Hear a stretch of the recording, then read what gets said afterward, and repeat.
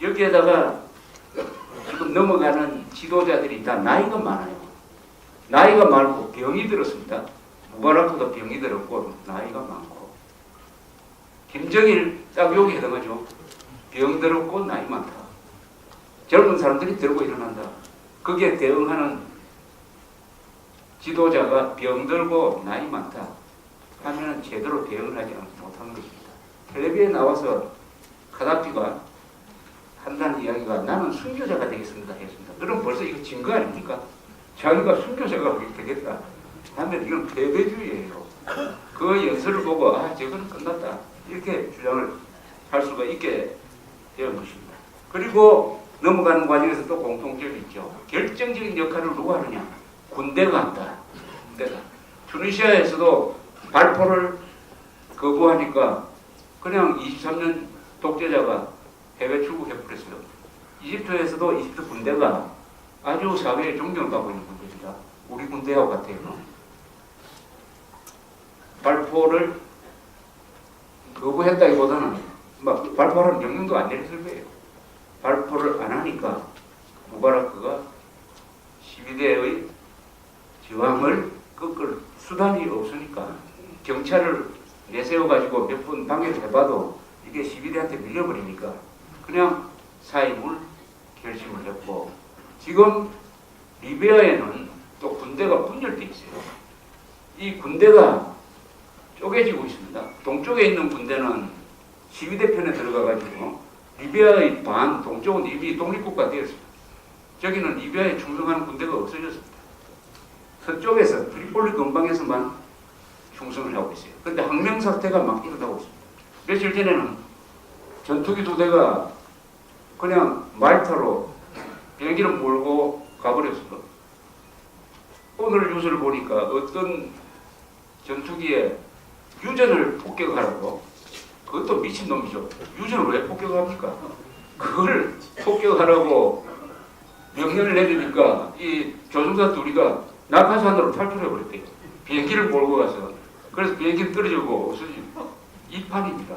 이게 이 모든 게 이게 미친 개라는 게 이게 결코 욕이 아니었구나 하는 것을 우리가 잘 알고 있습니다. 그리고 국제적인 압력이 가해지고 있습니다. 무바라크에 대해서는 특히 미국이, 또 미국은 이집트에 연간 15억 달러 이상씩 원조를 주기 때문에 압력을 넣을 수단이 있어요. 리비아에 대해서는 온 세계가 지금 압력을 넣고 있어요. 아랍 연맹에서 앞으로 회의에 리비아를 참석하지 마라.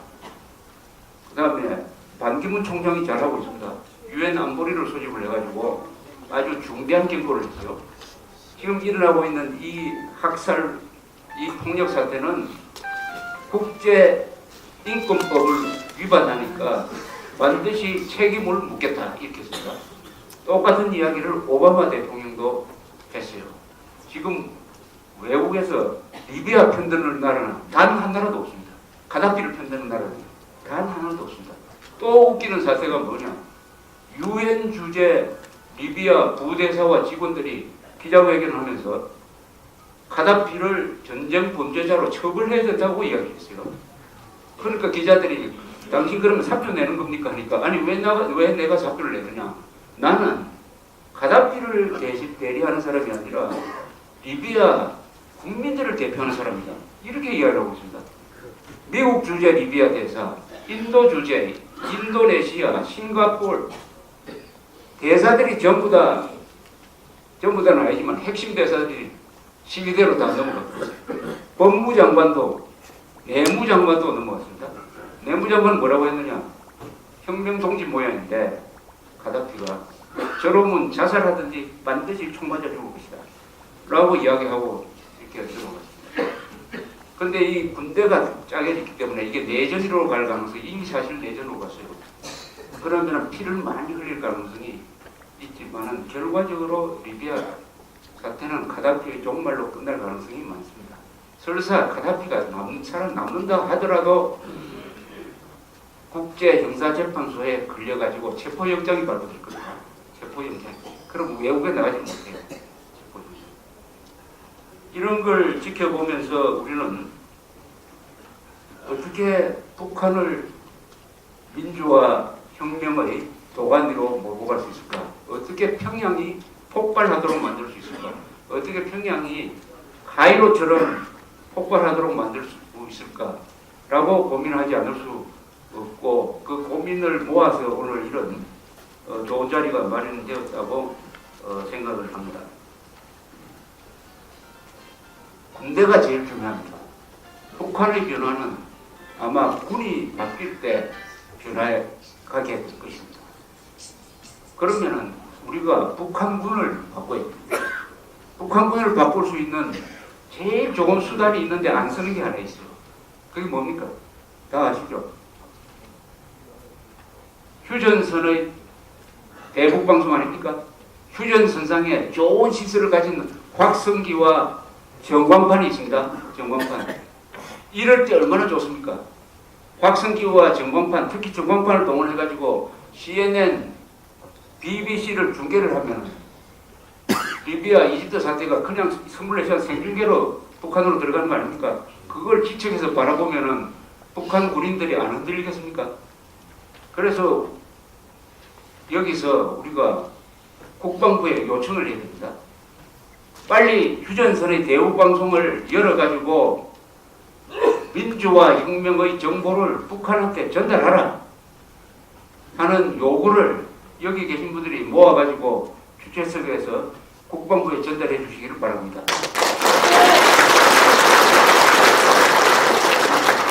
그러면은 70만 명이 봅니다. 70만 명. 휴전선에 배치된 북한군 70만 명이 그걸 보면은 얼마나 재밌겠습니까? 아, 저렇게 하면 되겠구나. 저쪽 군대는 발포를 안 하는구나. 발포했다가는 나중에 정부군이 바뀌었을 때 맞아 죽겠구나. 그럼 우리도 앞으로 그런 사태가 나면은 절대 발포를 해서는 안 되겠구나. 발포를 명령하는 장교가 있으면 그놈을 쏴죽여야 되겠구나. 이렇게 생각하게 될 것입니다. 그럼 여기에 대해서 김정일이가 무슨 조치를 취하겠습니까? 고민 덩어릴 거예요. 거기에 대해서 전광판을 쏘는 방법이 있겠죠. 전광판을 쏘면은 이명박 정부가 약속했던 대로 아마 북한에 큰 보복을 할 겁니다. 그러지 않고 해결할 수 있는 방법은 가만히 제가 생각해 보니까 김정일 입장에서 생각해 보면 한 두 개가 있는 것 같아요. 초병들한테 남쪽을 볼 때는 항상 눈 감고 있으라고. 아니면 근무할 때 남쪽으로 보지 말고 북쪽으로 돌아서라고. 북쪽으로 돌아서면 좋잖아요. 총구를 어디로 겨냥합니까? 평양으로 겨냥하고 김정일한테 겨냥하게 되는 거 아닙니까? 바로 그런 고민을 만들어주는 것이 바로 이 전광판 방송인 것입니다. 이게 우리가 가지고 있는 최대의 수단입니다. 그 다음에 풍선 보내는 것. 작년에 제가 쭉 한번 계산해보니까 작년에 풍선을 많이 보냈다고 하지만은 돈으로 환산하면은 한 2억, 3억 정도밖에 안 될 거예요.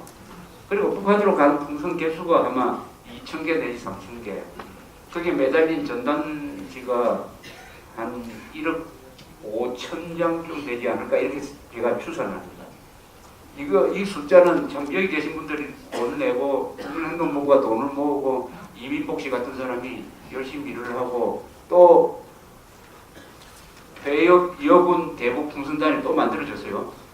또 국회의원들도 보내겠다 이렇게 해가지고 확산되고 있는 것 같습니다. 그럼에도 불구하고 이 2억 3억은 너무 작아요. 너무 적은 숫자 아닙니까? 적은 돈 아닙니까? 그런데도 북한이 쩔쩔매고 있습니다. 올해 20억을 보내면 어떻게 20억어치의 풍선을 북한으로 보내면 북한에 무슨 사건이 날까요? 200억을 보낸다. 매년 200억어치 지금 보내는 것보다 100배를 더 보낸다. 하면은 북한에 무슨 사건이 안 나겠습니까? 아니면 1000배를 보낸다. 1년에 풍선을 2천억 원어치 보낸다. 북한 무너질 겁니다. 2천억 원어치를 보내려면은 매일 하늘이 새까맣게 돼가지고 북한으로 풍선이 넘어가고 김정일 별장 위에서 터지고 무슨 김정일 생일, 김일성 생일 해가지고 축제하는 그 위에서 터지고 평양 광장에서 파레이드 할 때 터지고 이렇게 되면 정신 차리겠습니까? 아니 제가 말하는 게 이게 꿈입니까? 환상입니까? 다 실현 가능한 거 아닙니까? 다 실현 가능한 거. 뭘로 실현이 가능하냐? 정권판으로 북한 군인들의 마음을 흔들어 놓고 돈의 힘으로 북한에 연간 2천억 원어치의 풍선을 보내가지고 북한 인민들을 흔들어 놓으면은 북한이 무너지게 되어 있습니다. 분명히.